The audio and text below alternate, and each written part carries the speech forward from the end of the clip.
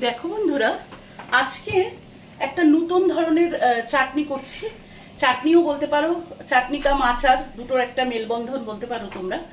তো এটা দেখো, মানে অ্যাকচুয়ালি আমি এটা চাটনি করছি, কিন্তু এটাকেও একটুখানি মানে কি বলবো, এপিটোপিট করলে আবার এটা ধরো আচারেও পরিণত হতে পারে, এরকম টাইপের একটা করছি। তা তোমাদের সাথে সেই জন্য মনে হলো যে একটু শেয়ার করি। এমনি আমরা আমের চাটনি সাধারণভাবে যেভাবে করে থাকি, তেল দিয়ে তাতে পাঁচফোড়ন দিয়ে, এইভাবে তো আমরা সাধারণত আমের চাটনিটা করে থাকি। কিন্তু আমার দেখো, আমার এইটাতে কিন্তু সেরকম টাইপের কোনো কিছু ব্যাপার নেই। আমি যেটা করেছি, প্রথমে আমটাকে না একটু স্লাইট ভাপিয়ে নিয়েছি, খুবই সামান্য, সেটা ধরো না ভাপানোর মতোই। তারপরে সেটা তোমরা নাও ভাপাতে পারো, তাতে একটু তোমাদের সময়টা বেশি লাগবে। অনেকেই হয়তো করো, তাও মনে হলো আমি ডিফারেন্স টাইপের চাটনিটা মাঝে মাঝে গরমকালে করি, আর এইটা আমার এমনি চাটনির থেকে খেতে বেশি ভালো লাগে। তার জন্য মনে হলো যে একটু তোমাদের সাথে শেয়ার করি। এইবারে দেখো, আমটার মধ্যে আমি কিন্তু একটু চিনি দিয়ে দিয়েছি, কেমন। আর তোমরা ইচ্ছা করলে কিন্তু রঙের জন্য এখানে হলুদ গুঁড়ো বা লঙ্কা গুঁড়ো দিতেও পারো। আমি জাস্ট এটাকে সাদা রাখবো, একটা বিয়েবাড়ি চাটনির মতো তৈরি করব। আমি এখানে কিন্তু কোনো রকম ওই হলুদ বা লঙ্কা গুঁড়ো দিচ্ছি না। এইভাবে যদি এই প্রসেসে তোমরা আচার করতে চাও, তাহলে সেক্ষেত্রে একটু হলুদ গুঁড়ো বা একটু লঙ্কা গুঁড়ো তোমরা দিলেও কিন্তু দিতে পারো।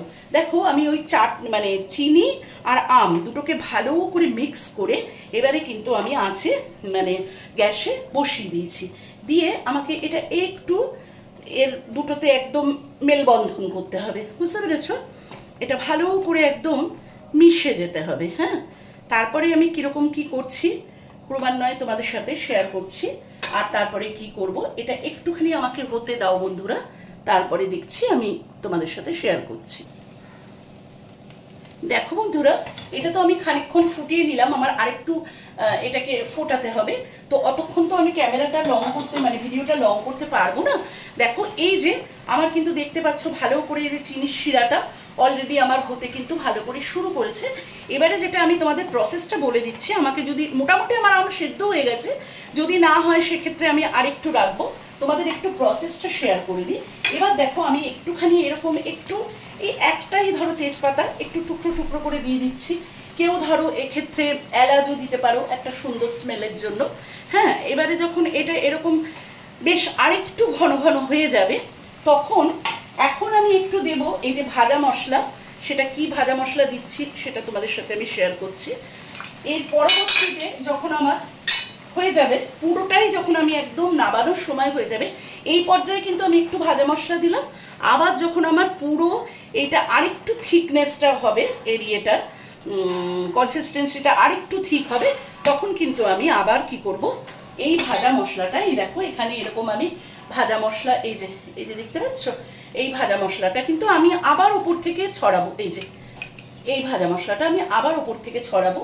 আর এই ভাজা মশলাটার মধ্যে কিন্তু নিজেদের ইচ্ছা মতো তোমরা সকলেই দিতে পারো। আমার যে ভাজা মশলাটার মধ্যে যেগুলো আছে, আমি সেটা তোমাদের সাথে একটু শেয়ার করে দিই। আমার ভাজা মশলা যেটা আমি রেডি করে রেখেছি, সেটার মধ্যে রয়েছে লঙ্কা, শুকনো লঙ্কা, জিরে, ধনে, আর একটু আছে তোমার পাঁচফোড়ন।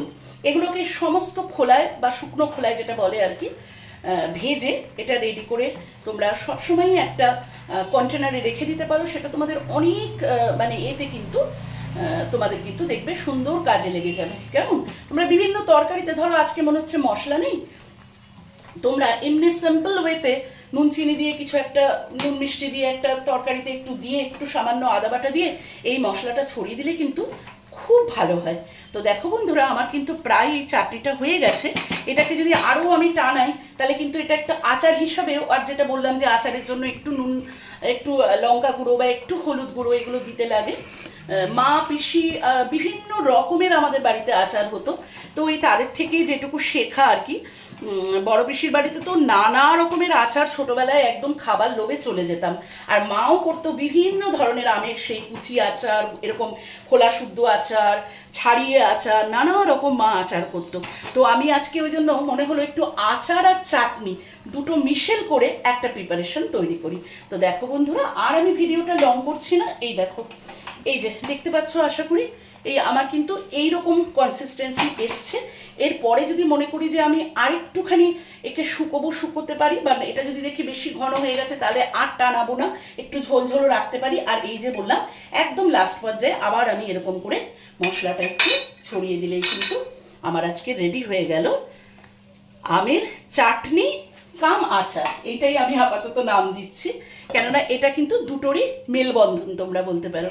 ঠিক আছে বন্ধুরা, প্রচণ্ড গরম পড়েছে, তোমরা যে যেখানে আছো সকলে খুব ভালো থেকো আর সবাই সুস্থ থেকো।